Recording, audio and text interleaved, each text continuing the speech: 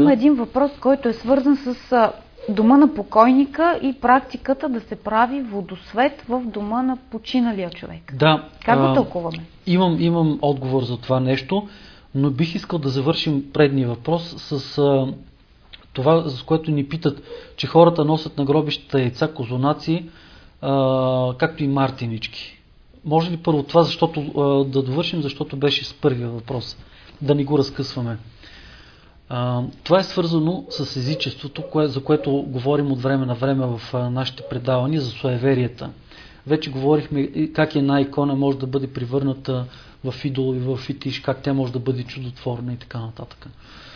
Действително, централни гробища, където най-често посещавам в София, виждам и яйцата, и козунаците, включително и мартиничките. И са ме питали хора, редно ли е да се занесе, кога да се занесе и така нататък. И аз си казвам така, добре, нека да ви обясня какво е мартиничката. А вие след това ще прецените редно ли е да носите на иконата или където искате там на гробище. Мартиничката идва с българите още от най-древните български държави, още много преди Аспарух. Нейните корени се коренят някъде в Тибет, в Памир, в Индия. Те са правени от жените в семейството, от вълнена прежда, бяла и червена, правен е магически възел и е носена при шамана, който да чете там някакво заклинание. И този вързоп конци се е носил под ризницата примерно на твоя съпруг, който ще отиде на битка.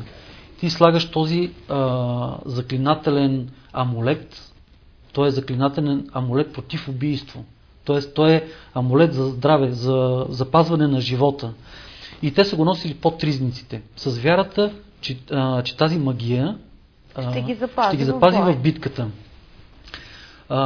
До ден днешен тези, които се занимават с обикалят света, са виждали аналози на нашите български мартинички и в Тибет, и в Индия, и както и кукирските ни танци и така нататък.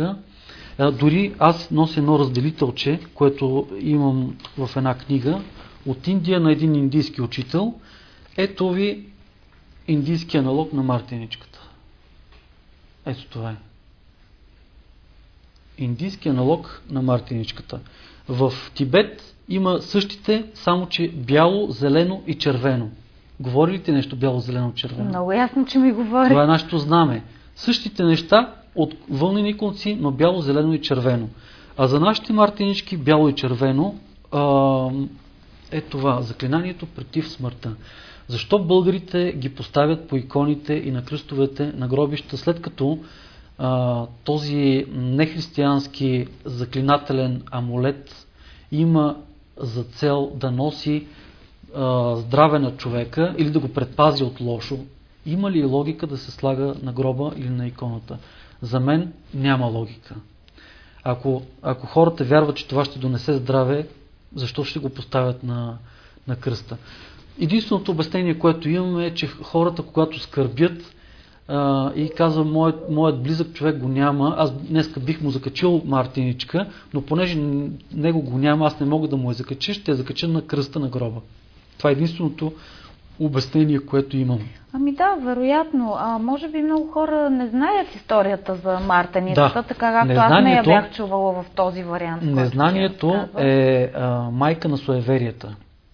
И поради тая причина, това е едно от най-големите ми обяснения в православните, в нашите училища да има вероучение. Защо?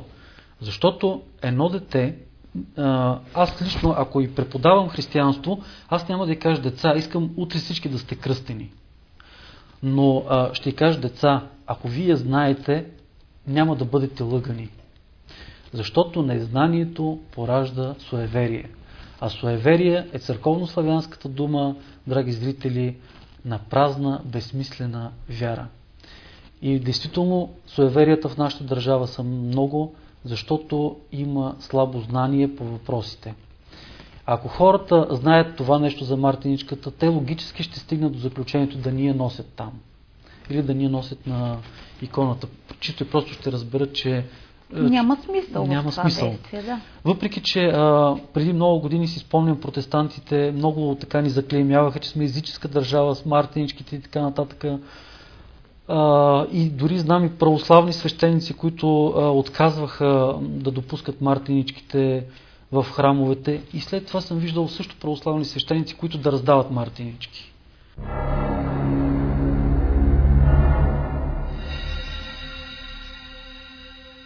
Питах преди малко за традицията или не знам, обичая за водосвет в дома на покойника.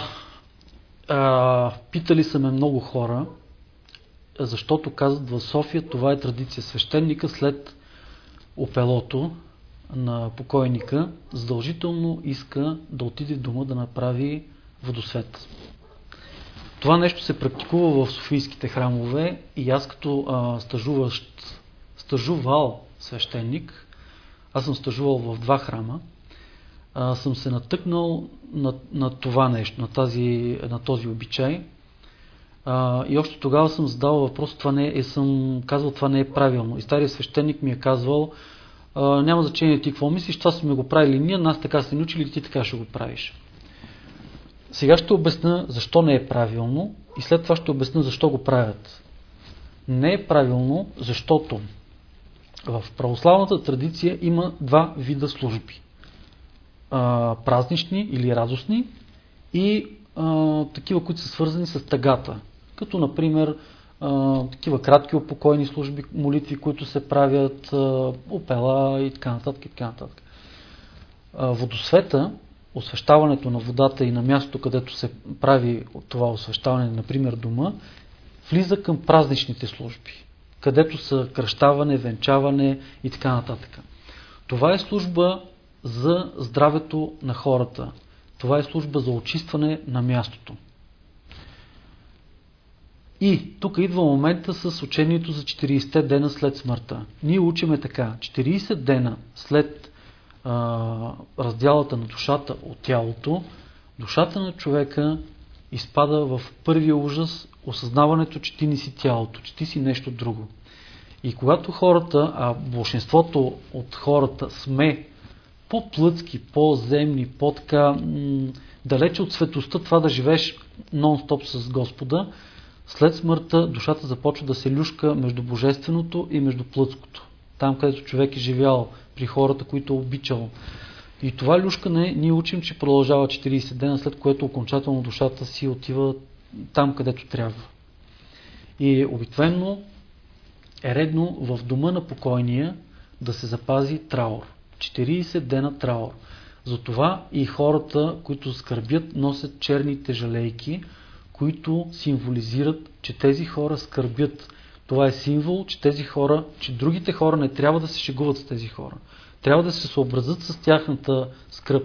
Аз нося черен шал или черна жалейка, съобразете се с мен. Не се подигравайте пред мен, не се шегувайте, не се смейте. Аз скърбя. Както и пръстена на сгодените хора. Аз съм заед мъж или заета жена, не се занимавайте с мен. Това е смисъла. И в този дом има траур. Това означава, че там трябва да се избягват празничните неща. Ако има рожден ден, няма да се празнува в този дом. Няма да се пуска музика. Дори някои хора не гледат телевизия, защото там има разни шоу-програми, смях, шеги и така нататък. Именно от уважение към покойника и да се демонстрира това уважение към него. Защо тогава? И за това водосвета е правилно да се направи след службата на 40-тия ден или когато хората пристигнат, но от 40-тия ден нататъка. Обикновено аз съм обяснявал, когато ме попитат кога да свалим жалейката или кога да направим водосвета, аз си казвам така: когато усетите, че скръбта е по-слаба от вас. В този момент вие може да свалите шала и да направим водосвета. Когато вече можете дори да се позарадвате малко. Ако хората много скърбят, нека да носят този символ на жалостта 1 година. И знам хора, които 1 година носят този символ на скръбта. Загубили дете, невероятни скърби, попадам в работата си.